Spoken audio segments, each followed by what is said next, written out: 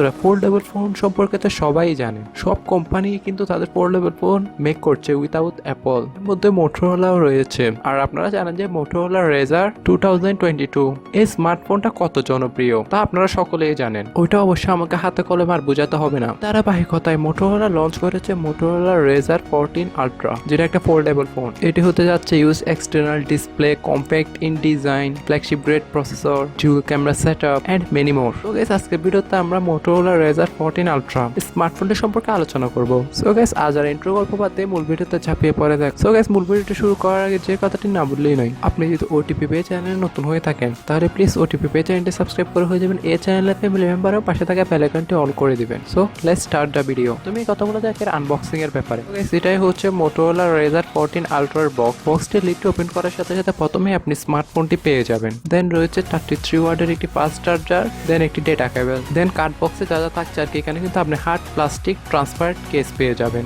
যেটা দুই পার্টে পাবেন। দেন থাকছে ইউজার ম্যানুয়াল। স্মার্টফোনটি প্লাস্টিককে রিমুভ করে এবার কথা বলতে কে স্মার্টফোনটির ডিজাইন এবং বিল্ড কোয়ালিটি নিয়ে। সো গাইস এই স্মার্টফোনটা কিন্তু প্রিভিয়াস জেনারেশনের কম্পেয়ার থেকে স্মার্টফোনটি কিন্তু এবার বেশি স্লিম দেখতে পাবেন। হচ্ছে আপনার এলিগেন্ট ব্ল্যাক কালার, এছাড়াও আপনি আরো দুইটা কালারে অ্যাভেলেবল পাবেন, গ্লেসিয়ার ব্লু, ভিভা ম্যাজেন্ডা। তবে স্ক্রিনে দেখতে পাচ্ছেন এই স্মার্টফোনটা আমি এখনো ফোল্ড করি নাই, তারপরও কিন্তু এই স্ক্রিনে স্লাইড ক্রিজটা দেখা যাচ্ছে। তবে এখানে টাচ করলে আপনি ফ্ল্যাট ফিলটাই পাবেন। এই স্মার্টফোনটি এবার আপনি লাইট ওয়েটে পাবেন এবং খুবই পাতলা পাবেন, যেটা এবারের বিগেস্ট একটা অ্যাডভান্টেজ বলতে পারেন। স্মার্টফোনটির ওজন করা হয়েছে 185 গ্রাম এবং এটা আনফোল্ড করা অবস্থায় থিকনেস হচ্ছে 7 mm, ফোল্ডেড অবস্থায় এটার থিকনেস হচ্ছে আপনার 15.1 mm। এটা আপনি পকেট ফ্রেন্ডলি বলতে পারেন এই স্মার্টফোনটিকে। আপনি খুবই সহজে আপনার যে কোনো প্যান্টের পকেটে এটা নিয়ে ফেলতে পারবেন। ফোল্ড অবস্থায় স্মার্টফোনটির সাইজ হচ্ছে আপনার 88/74 mm, যেটা আপনি অলমোস্ট স্কোয়ার সাইজ বলতে পারেন। ফোনটির ব্যাকে ভেলভেট এচএসকে প্রসেসর ইউজ করা হয়েছে, তার ফলে ফোনটিকে বিজনেস লুক দেয়। এবং এর ব্যাকে সেন্ট্রাল আসলে আপনি দেখতে পাবেন Motorola লোগো, দেন বটমে থাকছে RAZR এর ব্র্যান্ডিং। তবে এটাই বলতে হবে যে এক কথায় Motorola ডিজাইন কিন্তু খুবই অ্যাডভান্স হয়।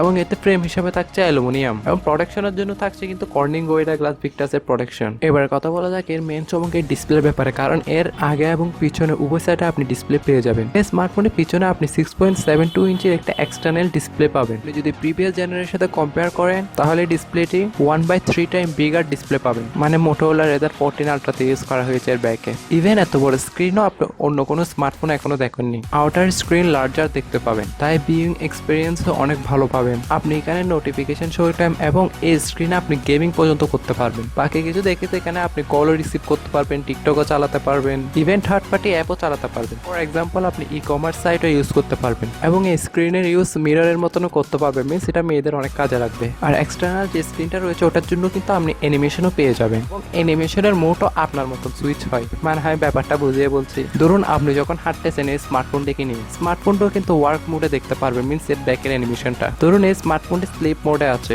তাহলে স্লিপিং স্টেটে দেখতে পাবেন। ইভেন আরো অনেকগুলো মোডস দেখতে পাবেন। এক কথায় বলতে পারেন এটা একটা electronic pad in your phone. এবং এই স্ক্রিনটাতে আপনি 144 হার্জের ফাস্ট রিফ্রেশ রেটও পেয়ে যাবেন এবং 1000 নিটস এর ব্রাইটনেসও পেয়ে যাবেন। এবং এর এক্সটার্নাল ডিসপ্লেতে আপনার HDR10+ এরও সার্টিফিকেশন পাবেন এবং এটি একটি OLED ডিসপ্লে যার রেগুলেশন আমরা ফুল HD+।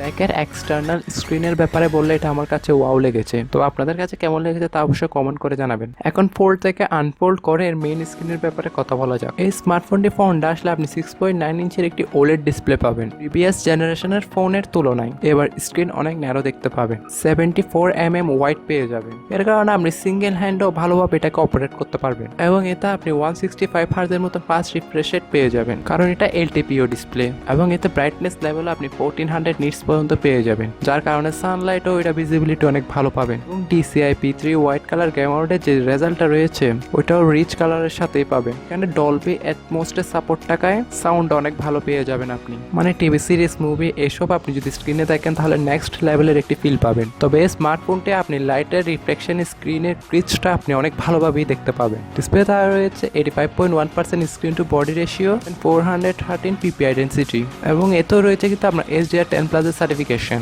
ওভারঅল ডিসপ্লে নিয়ে বললে একটা সুপার লেভেলের ডিসপ্লে এখানে প্রোভাইড করেছে। আমার মতে এখানে স্ক্রিনের ক্রিজটা আরেকটু ইমপ্রুভমেন্ট করা উচিত ছিল। এবার কথা বলা যাক এই স্মার্টফোনের পারফরমেন্সের ব্যাপারে। স্মার্টফোনটিতে এবার ব্যবহার করা হয়েছে আপনার স্ন্যাপড্রাগনের 8+ Gen 1 এর প্রসেসরটি, যেটা 4 nm বেসড একটি অক্টা-কোর প্রসেসর এবং গ্রাফিক্স কার্ড হিসেবে ব্যবহার করা হয়েছে Adreno 730। এক কথায় বলতে গেলে এবার কিন্তু খুবই ফ্ল্যাগশিপ গ্রেড একটি প্রসেসর পেয়ে যাবেন। স্ক্রিনে আপনি এর গিগবেঞ্চ স্কোরও দেখতে পাচ্ছেন এবং এবং এখানে র্যাম টাইপ হিসেবে ব্যবহার করা হয়েছে LPDDR5 এবং স্টোরেজ টাইপ হিসেবে ব্যবহার করা হয়েছে UFS 3.1, যার মাধ্যমে খুব ভালো রিড এবং রাইটের স্পিডও পেয়ে যাবেন। আর অন্তত স্কোর আপনি 10 লাখ প্লাস পেয়ে যাবেন। গেমিং এক্সপিরিয়েন্সের কথা বললে কিং অফ গ্লোরি এই গেমটা আপনি যদি 90 FPS এ রেখে খেলেন তাহলে এভারেজ ফ্রেম রেট পাবেন আপনি 88.2 FPS। আর পাবজি মোবাইল যদি আপনি 60 FPS এ রেখে খেলেন তাহলে এখানে এভারেজ ফ্রেম রেট পাবেন 59.5 FPS। কিন্তু হাই ইন্টেন্সিটি যে গেমটা রয়েছে মিনস জেনশিন ইম্প্যাক্ট, ওটা যদি আপনি 60 FPS এ রেখে খেলেন তাহলে এভারেজ ফ্রেম রেট পাবেন 27.9 FPS আর ফ্রেম ড্রপ ইস্যু দেখতে পাবেন। এর কথা বললে এখানে থাকছে out of the box Android 13। এবারে কথা বলা যাক এর ক্যামেরার ব্যাপারে। এর ব্যাকে আসলে আপনি ডিউল ক্যামেরা সেটআপ পাবেন, যার প্রাইমারিতে রয়েছে 12 মেগাপিক্সেলের একটি ওয়াইড, যার অ্যাপারচার 1.5 এবং এতে রয়েছে OIS means optical image stabilisation. Then second আইতে আসলে আপনি 13 মেগাপিক্সেলের একটি আলট্রা ওয়াইড পাবেন, যার অ্যাপারচার 2.2 এবং এটা দ্বারা আপনি 108 ডিগ্রি পর্যন্ত ফিল্ড ভিউ কভার করতে পারবেন। ক্যামেরা ফিউচার নিয়ে বলে এখানে থাকছে LED flash, HDR, panorama, auto HDR এবং ব্যাক ক্যামেরা দ্বারা আপনি সর্বোচ্চ 4K তে 60 FPS এর ভিডিওগুলো শুট করতে পারবেন এবং ভিডিও শুট করার সময় আপনি যাইরো EIS এরও সাপোর্ট পেয়ে যাবেন। আর এর যে সেকেন্ডারি ক্যামেরাটি রয়েছে ওটা কিন্তু আপনার ম্যাক্রো ক্যামেরারও কাজ করে এবং সেলফির জন্য থাকছে 32 মেগাপিক্সেলের একটি ওয়াইড সেলফি ক্যামেরা। আপনি কিছু ক্যামেরা স্যাম্পল অবশ্যই স্ক্রিনে দেখতে পাচ্ছেন।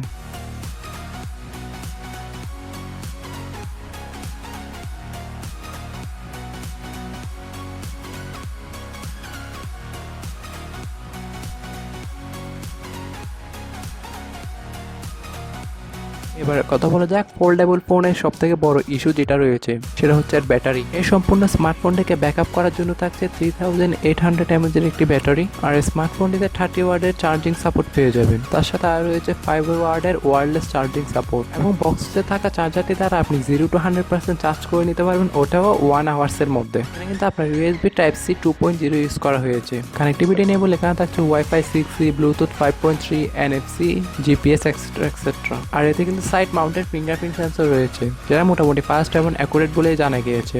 সেন্সর নিয়ে বলে এখানে এসেনশিয়াল সব সেন্সরই পেয়ে যাবেন আপনারা, যেমন এক্সপ্লোমিটারি, জাইরো, প্রক্সিমিটারি, কম্পাস, ব্যারোমিটার এক্সেট্রা। ওটি বাজারে 3টি র্যাম ভ্যারিয়েন্টে অ্যাভেলেবেল থাকছে। 8GB RAM, 256GB internal storage, 12GB RAM, 256GB internal storage এবং সেটা হচ্ছে 12GB RAM, 512GB internal storage. এবার কথা বলে যাক এই স্মার্টফোনটির মেইন পয়েন্ট এর প্রাইসিং এর ব্যাপারে। সো গাইস, এই স্মার্টফোনটির মেইন পয়েন্ট এর প্রাইসিং এর ব্যাপারে বলার আগে যে কথাটি না বললেই নয়, আপনি যদি OTPB চ্যানেল এখনো নতুন হয়ে থাকেন তাহলে প্লিজ OTPB চ্যানেলটি সাবস্ক্রাইব করে হয়ে যাবেন এই চ্যানেল ফ্যামিলি মেম্বার আর পাশে থাকা বেল আইকনটি অল করে দিবেন। সো গাইস, এই স্মার্টফোনটি বেস ভেরিয়েন্টের প্রাইস চায়নাতে রাখা হয়েছে 5999 চীনি ইউয়ান, যেটা বাংলা টাকায় কনভার্ট করলে 84,630 টাকা। তবে এই স্মার্টফোনটি বাংলাদেশে আসলে এর বেস ভেরিয়েন্টের প্রাইস রাখা হতে পারে 1,30,000 টাকা থেকে শুরু করে 1,35,000 টাকার কাছাকাছি, দাম একটু কম বেশি হতে পারে। সো গাইস, ভিডিওতে বলা প্রাইস এবং এর স্পেসিফিকেশন যদি চেঞ্জ হয়ে থাকে তাহলে অবশ্যই পিন কমেন্টে দিয়ে দিব। অল ওভার এই স্মার্টফোনটি নিয়ে বললে স্মার্টফোনটি ডিজাইন আপনি সুপার লেভেলের পেয়ে যাবেন। কম্প্যাক্ট ফোন বলতে পারেন একটা,